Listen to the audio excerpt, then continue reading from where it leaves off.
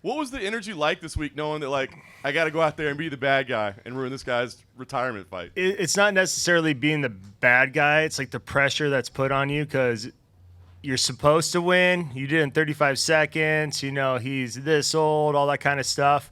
You know, but I know how dangerous he is, you know, and, you know, him in there winging those punches at me too, that hard right hand, you know, it's going to knock anybody out if it connects, you know. So I think that's the biggest part of it, kind of was the pressure of, you know, you're supposed to go in there and beat him soundly, you know, and luckily I did, you know. So I kept my head down and was like, all right, I'm just going to go do my job, what I do every single time, and not worry about anything else. But, I mean, yeah, I knew walking in there, you know, his last fight, it wasn't going to be a pro Bader crowd. How did things play out versus your expectations? I mean, you caught him again. I guess he was a little more resilient on the ground this time, but I guess how did things play out versus your expectations? Yeah, you know, we're kind of obviously waiting for that right hand, right? It's pretty sneaky, and that was my biggest thing in camp is keeping him guessing, you know. And like his last two fights, the guys he's fighting, like bigger guys, slower, you know, and kind of standing in front of him. So I wanted to move and wanted to keep him on his toes so he couldn't plant and throw. And when he threw, you know, the 2 or 3 hard right hands, and they were hard, you know, I saw him, you know, and I saw everything in there, you know, and I saw when he was about to throw. That's what I took away from the first fight. You know, if you kind of look at the video, I was trying to find the line where he was going to blitz me, you know, throw that right hand and follow it with the hook and all that. And I did find that line, and I hit him with the hook. So I took that into this fight, knowing like, hey, if I cross that line, I'm either throwing and getting out, or I'm looking for a takedown, or I'm moving my head, you know, or whatnot. You get the job done, and then there's that amazing celebration, right? I know it's for him, of course, but Yeah. you're a part of it, right? And all those legends are there. Can you tell us what that moment was like, being a part of all that? Yeah, it was so cool, you know, especially being on CBS, you know, huge platform.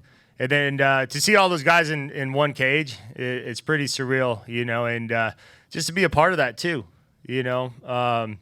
That's, you know, when it ended, you know, went up to Fedor and talked to him a little bit. And yeah, you know, it is bittersweet. You know, he's a legend. He's one of my favorite fighters for sure, you know. But I had a job to do, and that's what I did, you know. But at the end of the day, that was a cool way to go out for him. You know, they did a really good job with that.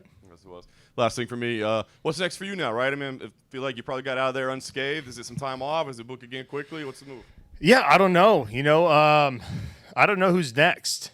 That's the thing. You know, I would like some new blood. You know, feels like I keep kind of recycling a little bit.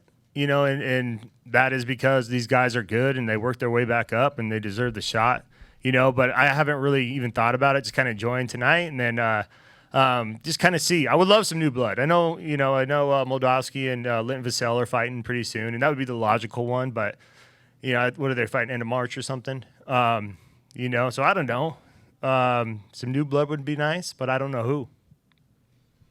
Ryan, kind of tailing off of that, I mean, who would you say is the second best heavyweight, like regardless of their position in this division, or, you know, would it be Moldavsky? Do you think like he's the toughest test for you? Yeah, I mean, we had a, you know, hard fight, close fight. Yeah,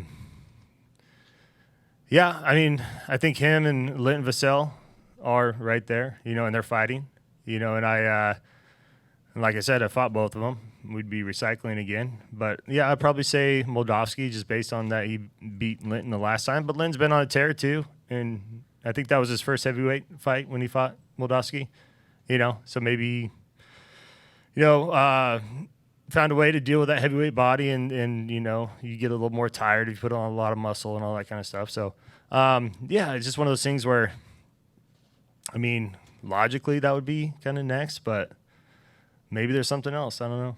What are your goals for this year? That's obviously the first card for Bellator, and you're headlining, so trying to stay active. Yeah, stay active, just keep winning, you know.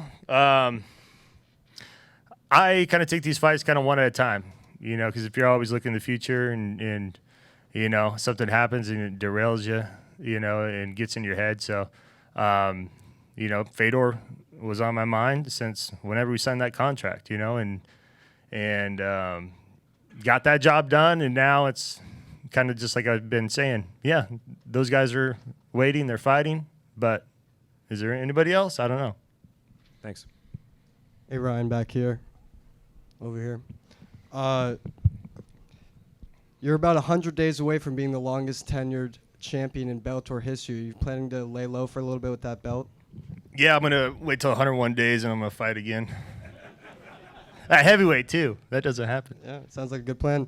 It feels like every card we got a bunch of guys from Extreme Couture, Jackson Wink, ATT, all these gyms. But you train at Power MMA in Mesa, Arizona with Coach Jair. Yeah. Short list of guys, you and Sullivan Colley. Yeah. How does it feel to be an example of you don't have to go to one of these super gyms to make it to the top? Yeah, you don't. If you came to our gym, right? We had a big gym in Gilbert and open to public and all that kind of stuff. And then the lease got crazy, and when we were trying to renew, and so we moved into this like kind of warehouse. And if you pull into the gym, it says Lee's Auto Body on the window. It does. And that's where we train. You know, we have mats down in there, and we have a cage in there. We have some weight equipment, and it's only just invite only pros, and we get together and train. And I kind of watch these guys. I remember seeing Rashad would build a team around him, and bring guys in that he needs to bring in. So I have good guys around me. I have a good coaching staff.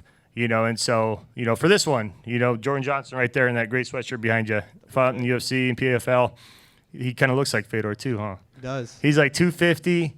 He can emulate Fedor. He's got the body type, for good or for better, whatever. And he's got a bottle of whiskey right now.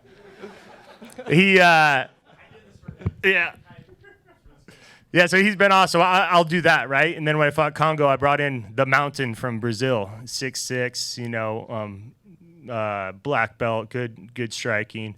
So I just try to bring in a couple guys that are there for me. And then we always have young Sully running around, You think he's 26 years old, so he's full of piss and vinegar and wanting to get crazy all the time. I'm the old man, so I got to calm him down here and there, but I have a good group around me and a good coaching staff, and so I don't need to go to these super gyms. And I feel like, not to be selfish, but when it's time to fight, it's great to have the focus on you and build a team around you, and then I'm here to help solely and stuff like that when it's his turn.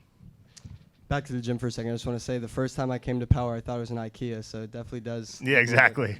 On a more serious note, you just defeated Fedor for the second time. Main event, CBS, heavyweight championship on the line. Big moment for you in your career. The world wants to know, where do you get your memes from? Do you create them yourself? I just steal them from everybody else, my wife sometimes. If you haven't followed her, she's pretty good with the memes too. But yeah, I have fun with it, and then I stopped posting them for a little bit, and I got like hate mail in my messages, so I'm like, all right, I'll give you some memes. Hey, Ryan. You said you want some new challenges. There is Francis Ngannou out there just kind of looking for a new home. Is that a fight that you welcome? I kind of talked about this the other time. Like, when he signs a contract or whatever, then we could talk about it. I mean, he's Tyson Fury's calling him out and all that. I assume he's going to go box. Once he signs with Bellator, we can kind of cross that bridge. But I'm looking to fight before that. So if it happens down the road, cool. But yeah, we'll kind of see on that. Do you have a favorite Fedor memory or fight?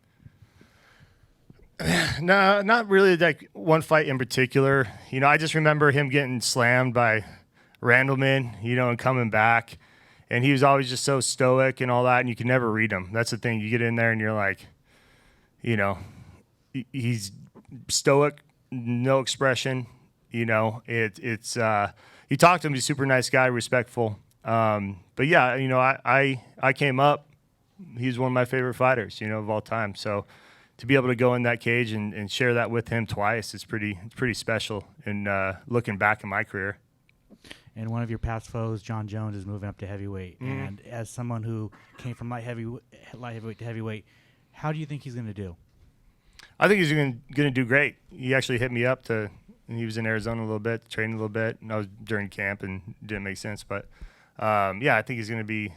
I think it's a great matchup for him too, with his wrestling and I don't know how to really pronounce his name, Cyril gone.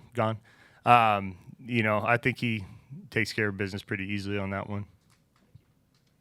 Ryan, to your left, congratulations on the win. Thank you.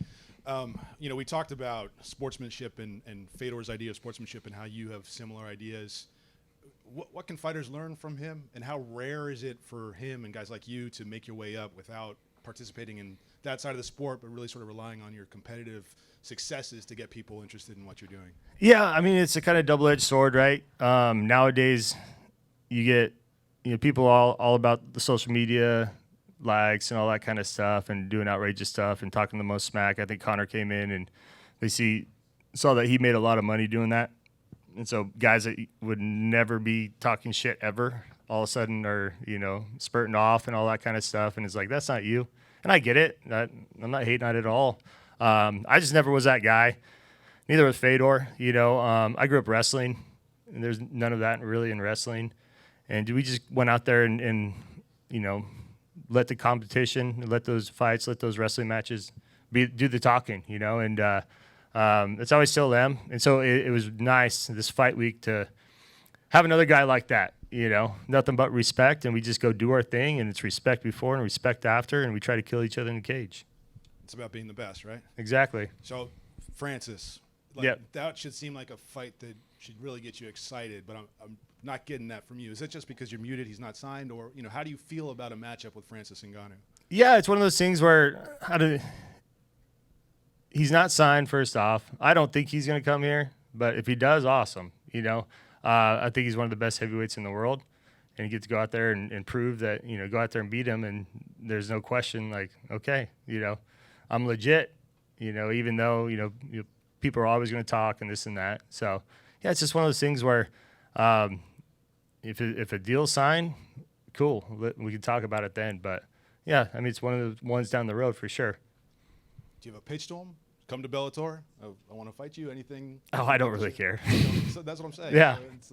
Whether you fight him or not doesn't matter too much to you. Not too much. I fought everybody in this whole damn sport, I don't know. It's just not one of those things where I'm like, yeah, hell yeah, let's do this. I'm just going out there. Who's next? Cool. Do my job. Get my paycheck. One of the biggest fights you'd ever have. Like, you fought Fedor twice. Yeah. It still is not, really tickling you. I mean, maybe. I don't know. Okay. It really, no fight really tickles me. I don't know. It's just one of those things where it's what I do. I shut this sport off when I leave here. And when I go in the gym, I train and do my job. And that's my 40th fight tonight. When I was younger, it was all about MMA. And it's become, I'm a competitor at heart. And so I love to go and compete, and then I switch it off, and I'm a, father, husband, friend, all that outside.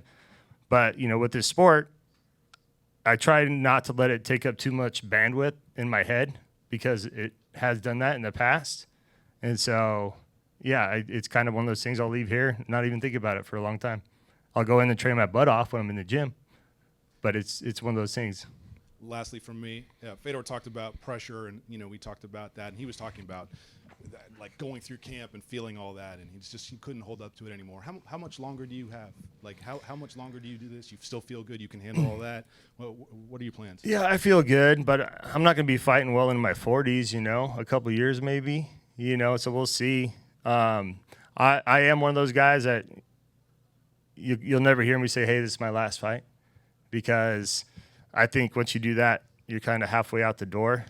And, if a fight gets hard or this and that, and you're like, well, I'm done anyway, I've seen a lot of guys do that.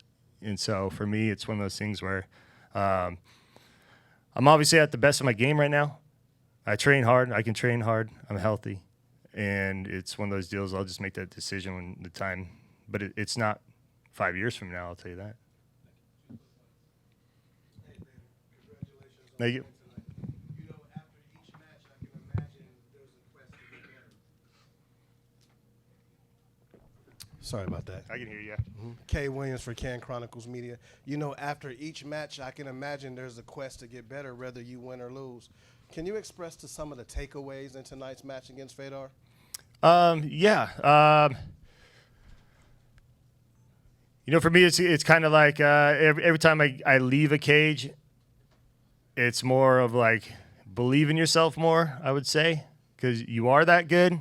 Because I think every fighter has doubts certain times in camp or fight week or day of or whatnot. And like I said, this fight was kind of one of those fights where felt like a lot of pressure because, you know, I should go out there and beat him and all that kind of stuff. But, you know, that's what I take away.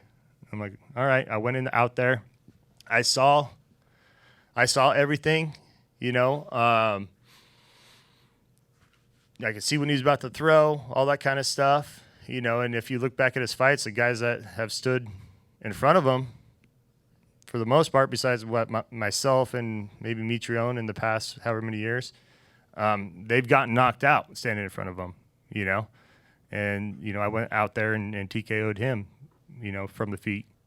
Then put him on the ground, obviously, and ground pound him. But, yeah, it's more of like takeaway, believe in myself, and go out there and bring that into that next fight. One quick one from me. So being a former Grand Prix winner, current champ, would you put that belt up on the line for another shot at that $1 million? In like a Grand Prix kind of deal? Yeah. Potentially. Yeah, that $1 million wasn't on the line when we did the Grand Prix, though. Let's talk to Bellator about that. Maybe a little back pay or something.